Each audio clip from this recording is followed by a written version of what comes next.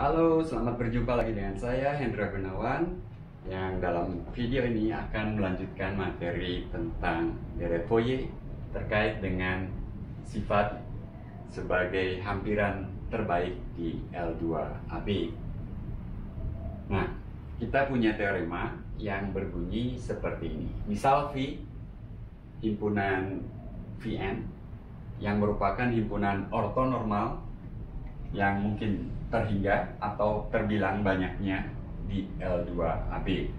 Jadi himpunan indeks I di sini bisa merupakan himpunan terhingga, katakanlah 1 sampai 10, atau terbilang seperti halnya N.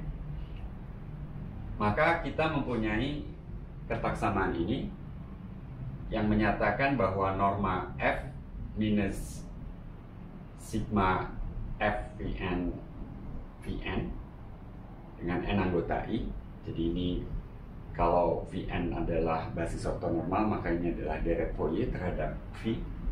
Tapi kalau N hanya terhingga buah, maka ini bisa dibayangkan sebagai jumlah parsial.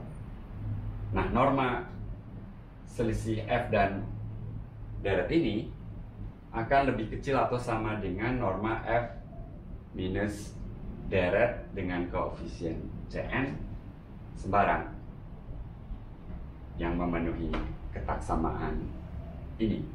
Nah, kesamaan dipenuhi jika dan hanya jika Cn sama dengan koefisien F terhadap Vn yang tak lain merupakan koefisien Fourier. Jadi teorema ini menyatakan bahwa deret Fourier atau jumlah parsial darinya merupakan hampiran terbaik untuk F di L2. Karena hampiran lainnya, bila kita mencoba mengadu nasib, akan memiliki galat atau error yang lebih besar daripada galat yang dihasilkan atau galat yang timbul bila kita menghampiri F dengan deret Fourier atau jumlah parsialnya. Oke, itu pesan dari teorema ini. Nah, sekarang bagaimana bukti teorema ini? Tidak terlalu sulit. Buktinya, kita bisa menulis selisih F dan sigma Cn Vn. Jadi kita tinjau dari ruas kanan dalam hal ini sebagai F minus deret Fourier untuk F atau jumlah parsialnya tergantung I tadi, ditambah dengan deret dari selisih deret Fourier dan deret dengan koefisien Cn tadi. Jadi di sini kita menyelipkan 0 sebetulnya. Oke, nah sekarang bila kita hitung hasil kali dalam antara F min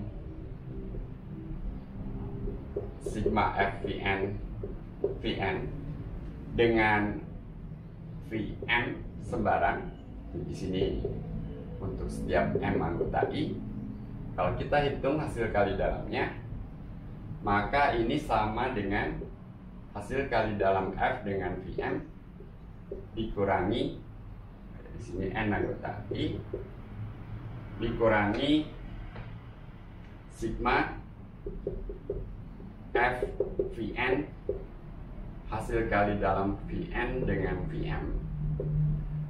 Tapi kita tahu Vn himpunan ortonormal, jadi nilai hasil kali dalam Vn dengan Vm ini akan sama dengan 0 kecuali pada saat N sama dengan M. Jadi hasilnya adalah Fvm minus Fvm yang tentu saja sama dengan 0. Ini berarti bahwa fungsi G yang sama dengan selisih antara F dan deret Fourier atau jumlah parsialnya tergantung pada I di sini apa, tegak lurus pada Vm untuk setiap M anggota I. Akibatnya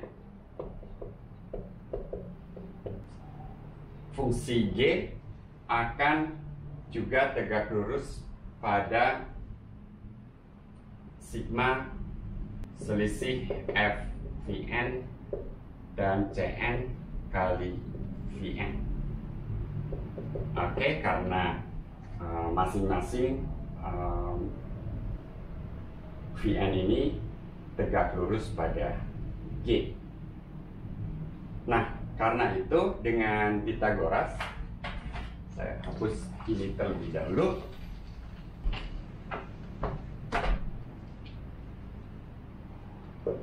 Jadi, menurut Pythagoras, kita dapatkan norma F min sigma Cn Vn kuadrat akan sama dengan norma F min sigma Fvn Vn kuadrat. Ingat, ini sama dengan G, jadi norma G kuadrat tambah norma sigma selisih hasil kali dalam Fvn dan Cn kali Vn kuadrat, yang tentu saja ini lebih besar atau sama dengan norma F min sigma Fvn kali Vn kuadrat. Oh ya, di sini sigmanya atas n anggota I semua. Dan dari sini tampak bahwa kesamaan dipenuhi jika dan hanya jika, kalau kita lihat di sini, tambahannya adalah faktor ini yang akan sama dengan 0 jika dan hanya jika Cn sama dengan hasil kali dalam F dengan Vn untuk setiap n anggota. Oke, itu bukti dari teorema hampiran terbaik untuk F di L2.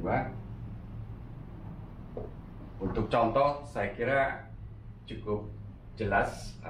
Anda tinggal mengambil himpunan ortonormal yang Anda kenal, lalu Anda hitung koefisien Fourier-nya, baik untuk beberapa buah n maupun sebanyak himpunan indeks yang Anda kehendaki, maka setiap saat Anda akan memperoleh deret atau jumlah parsial dengan skala terkecil. Nah, sebagai ilustrasi, saya berikan di sini apa yang terjadi sesungguhnya, kira-kira sebagai berikut. Jadi bayangkan kita punya himpunan Vn yang ortonormal. Karena papan tulis saya berdimensi 2, maka ilustrasinya kira-kira seperti ini. Bayangkan 0 di situ, ini adalah ruang yang direntang oleh V. Lalu katakan kita punya F yang katakanlah belum tertangkap oleh V. Lalu kita menaksir F itu dengan deret Fvn Vn, kira-kira seperti itu. Nah, maka ada selisih di sini yang tidak lain sebuah vektor juga yang tadi telah ditunjukkan. Vektor selisih ini yang sama dengan F minus sigma Fvn Vn ini tegak lurus terhadap semua vektor di V, ya. Jadi bukan hanya terhadap proyeksinya itu sendiri, tetapi terhadap secara keseluruhan terhadap V. Jadi ke arah manapun vektor ini tegak lurus. Jadi ini yang terjadi deret Fourier atau katakanlah jumlah parsialnya itu merupakan proyeksi ortogonal dari F terhadap tanda kutip ruang yang direntang oleh Vn itu. Bila kemudian kita menaksir dengan koefisien yang berbeda, sigma Cn Vn, maka kita mendapatkan taksiran atau hampiran yang lebih buruk. Kenapa? Karena yang terjadi di sini ini juga akan tegak lurus di sini tegak lurus. Jadi kita akan punya segitiga siku-siku. Ini adalah hampiran Fourier, katakanlah demikian. Ini adalah hampiran dengan koefisien Cn. Nah, galat yang pertama ini dibandingkan dengan galat yang kedua, di sini epsilon 1 akan lebih kecil daripada epsilon 2 karena dalam segitiga siku-siku ini epsilon 2 adalah sisi miring yang tentunya lebih panjang daripada tinggi segitiga siku-siku itu. Oke, saya kira ilustrasi ini memperjelas apa yang terjadi dalam teorema yang telah kita buktikan barusan. Baik, sampai di sini dulu pembahasan hari ini, dan kita lanjutkan lagi pembahasan berikutnya dalam video yang akan datang. Sampai jumpa.